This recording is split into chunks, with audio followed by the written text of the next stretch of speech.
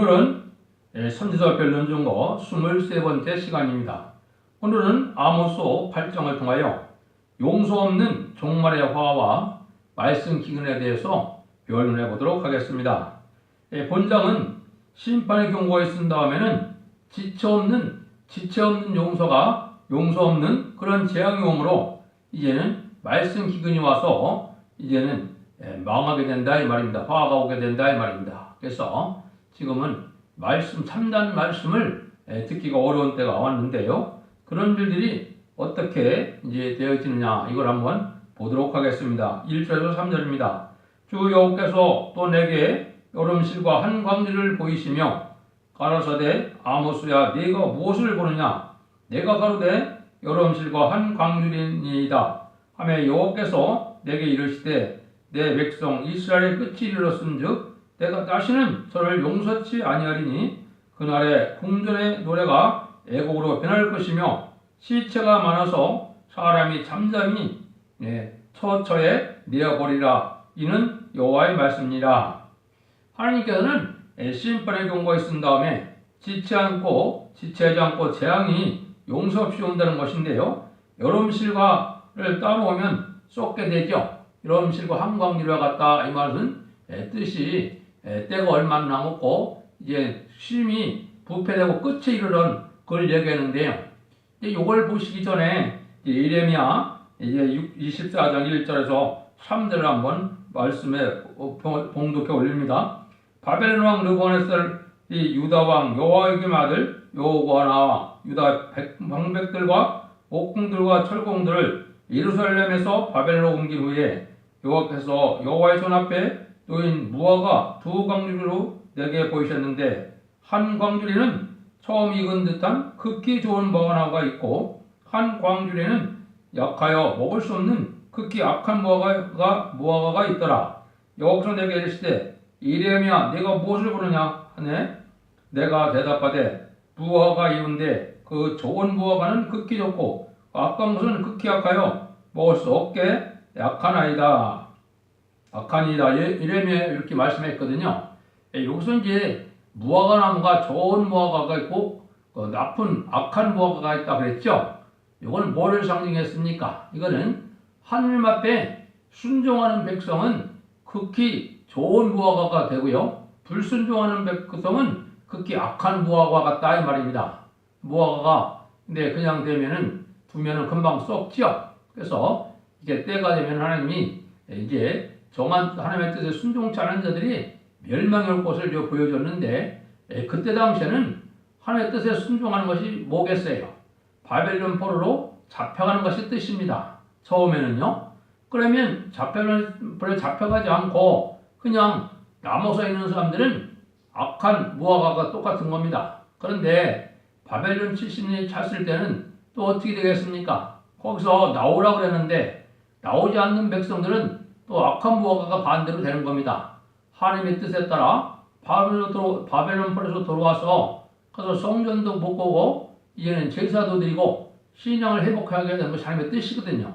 거기에 순종치 않는 자들은 또 악한 무화과 같은 그런 자들이 된 것이고 순종하는 자들은 이제 좋은 무화과 같은 그런 백성이 된 겁니다. 말씀하시는 것처럼 하나님께서는 이렇게 이제 나팔을 불고 경고를 뜻한데요. 경고를 하고 나면은 지체 없이 화가 오고 이제 그냥 두면은 썩어 없어지는 것처럼 하나님이 이제는 경고를 불고 나온 다음에는 이제 금방 화가 오게 된다 이 말입니다. 그러면 멸망이 오고 끝이 온다는 거죠. 그래서 예레미야 또 6장 9절에서 15절에 보면 광주에 담긴 과일이 할례 못지 못한 길을 가진 멸망받을 백성을 말하기도 했습니다. 이거는 부패된 그러한 부패된 백성이 곧 멸망할 걸 또 보여준 거거든요. 그래서 인간종 간에 이렇게 썩은 무화과 같이 악한 무화과 같이 이런 자들은 급히 썩게 되고 끝이 이르게 되고 금방 끝이 온다 이 말입니다. 여름실과라는 말이 썩은 놈들은 말이고 이제 그 뜻은 이제는 끝이라는 그런 뜻을 가지고 있거든요. 그래서 우리가 부패한 종교집단이 되어 갖고는 이렇게 급하게 이제 썩게 될 것을 보여준 겁니다. 4절에서 8절입니다.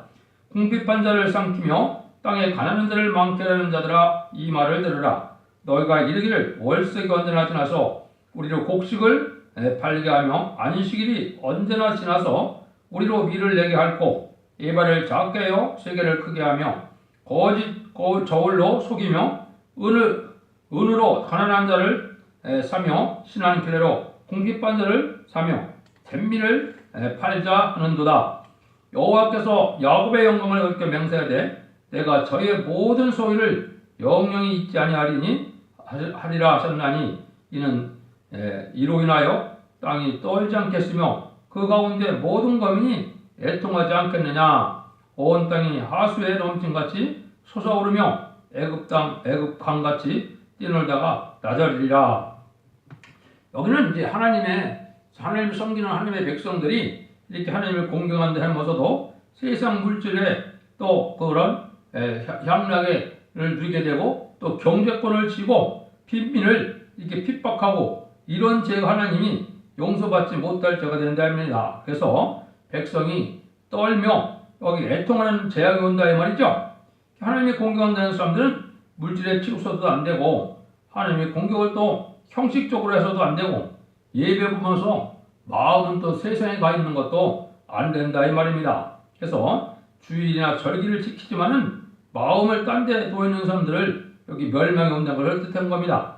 가난한 자를 압박하는 것은 하나님이 용서하기 어려운 죄를 되는 겁니다. 그래서 미워하는 것이 교권 지고 양떼 피 빠는 자이고 경제권을 지고 빈민의 피를 빠는 자들을 미워하신다 이 말입니다. 정직하게 살지 않고 속이며 불량식품을 팔고 형식적인 예배 생활을 하는 데 되면 먹을 수 없는 악한 부와 같이 신앙생활을 하는 그런 자들이라 이 말입니다. 그래서 삶 자체가 우리가 변화된 삶을 살아서 거룩하고 정직하고 깨끗한 삶을 살아야 하나님이 찾고자 하는 백성이 된다. 이걸 강조하는 거죠. 9절 10절입니다. 주 여호와께서 가라사대 그날에 내가 해로 대낮에 지게 하며 백주의 땅을 캄캄케 하며 너희 절기를 애통으로 너희 모든 노래를 애곡으로 변하여 모든 사람으로 굵은 배로 허리를 동이게 하며 모든 머리를 대머리 되게 하게 하며 독자의 죽음을 인하여 애통하듯 하게 하며 그 결국으로 공고한 날과 같이 하리라. 이 진대 날은 아주 흑암의 날이라는 거죠. 모든 사람이 또 애통하는 날이다.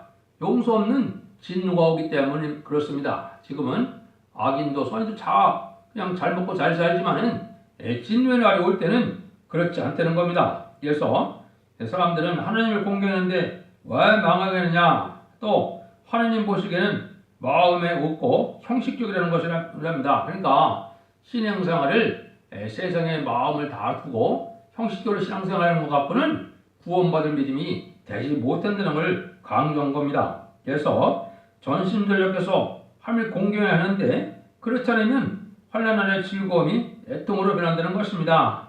그냥 하나의 종교생활로 세상 거 다 사랑하며 세상 거 좋아하며 그렇게 살다가 그런 신앙생활을 했다 보면 그게 재앙의 날에 살아남지 못할 신앙이 된다 이 말입니다. 그래서 여러분들이 경건한 신앙을 해서 거룩하고 깨끗한 삶을 살아야 될 것을 말씀하는 겁니다. 그러면 이제 11절 14절입니다. 주 여호와께서 가라사대 보라 날이 이를지라 내가 기근을 땅에 보내리니 양식이 없어 주림이 아니며 물이 없어 가람이 아니요 여호와의 말씀을 듣지 못할 기갈이라. 사람이 이 바다에서 저 바다까지 북에서 동까지 비틀거리며 여호와의 말씀을 구하려고 달려 왕래하되 얻지 못하리니 그날에 아름다운 처녀와 젊은 남자가 다 가라여 피곤하리라. 무릇 사마리아여 제된 우상을 가리켜 맹세하여 이르기를 다니 내 신의 생존을 가리켜 맹세하노라 하거나 부엘세바에 의하는 것을 생존을 가리켜 맹세하노라 하는 사람은 엎드려지고 다시 일어나지 못하리라. 이제 하나님이 말세가 되면 어떤 때가 오느냐. 하나님의 참다운 생명의 말씀을 들을 수 없는 때가 온 겁니다. 지금도 사실은 여러분들이 이 시대에 하나님이 원하는 생명의 말씀을 바로 전하는 단체나 그러한 교회를 찾기가 사실은 어렵습니다. 다 속화된 또 세상의 물질에 치우치고 인간 위주로 또 인간 지식 중심으로 문학적 철학적 이런 설교를 하는 자가 많고 많은 예언을 읽으면서 그냥 만담하듯이 이러한 설교를 갖고는 변화를 받지 못하고 하나님 앞에 거룩함을 얻지 못하므로 그 사람들은 망하게 된다 이 말입니다. 그러면 하나님의 진리 앞에 하나님의 뜻대로 변론을 해서 모든 복문을 바로 발견하고 진리 앞에 순종하면 변화 성결이 오고 이제 제사함을 받고 의롭고 경건한 삶이 됐을 때 하나님의 복을 받게 된다 이 말입니다. 지금도 어렵지만은 여기서 말씀하는 것은 전혀 들을 수 없는 때가 언제냐? 그게 이제 하나님이 알곡을 다 골라내고 환란에 빠뜨리는 후 3년만에 들어가면 전혀 이제는 기독교의 활동이 없는 겁니다.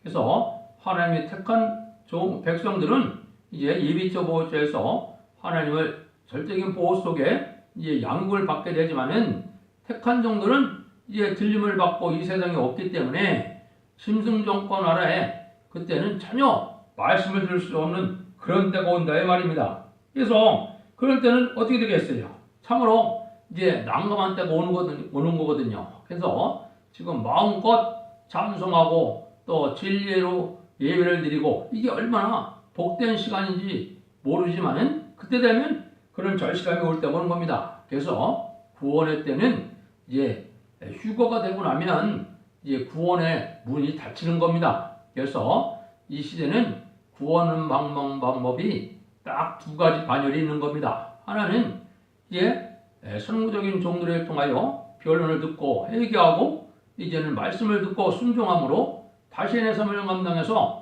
왕국권에 동참하여 이제는 첫대계의 사명을 이루어가는 이런 자들은 들림받아서 이제는 왕권을 받게 되고 그 말씀 앞에 이제 순종하여 들어오는 자들은 예비처국에서 보호받음으로 능히 셀 수 없는 무리가 되어서 새 시대의 백성이 되는 것이고 그 외에는 환란에 빠짐으로 다 짐승의 표를 받게 하여서 짐승의 표를 받게 되는 자들이 대접장과 아마겟도로 망하게 되는 것이 이 세상의 끝날이 이루어질 때가 오는 겁니다. 그래서 이런 때 신앙은 미리 이렇게 준비를 해야 되지 신앙 준비를 시간 있을 때 안 하다가 나 때문에 살다가 마치 재앙의 날이 임할 때 그때 아무리 울어봐도 소용이 없고 그때 신앙 준비가 되는 것이 아닙니다. 그래서 환난날에 애써봐도 소용이 없고 이제는 다 이제 끝난다 이 말이죠. 그래서 새 시대가는 이런 확실한 진리가 이 시대의 지적인 진리입니다.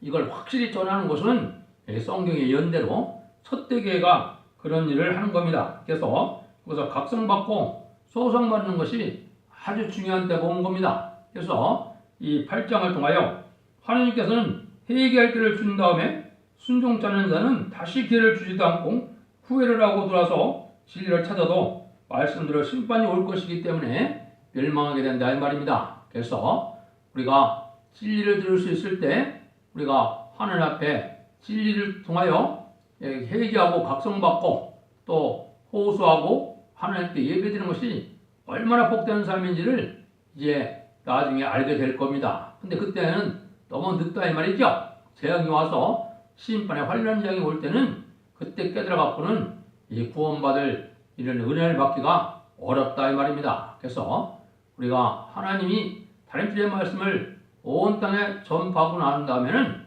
용서 없는 심판의 화가 오기 때문에 이때는 아주 용서받지 못한다. 또 화를 피하지 못한다. 이걸 경고하는 겁니다. 여러분들도 각성받고 소송받아서 이제는 하나님의 말씀에 순종하여 삶이 변화되고 철저히 말씀을 지키는 삶을 따라서 재림의 영접하시고 새시대가는 복된 종들과 성도님들이 되기를 예수님으로 축원드립니다. 아멘.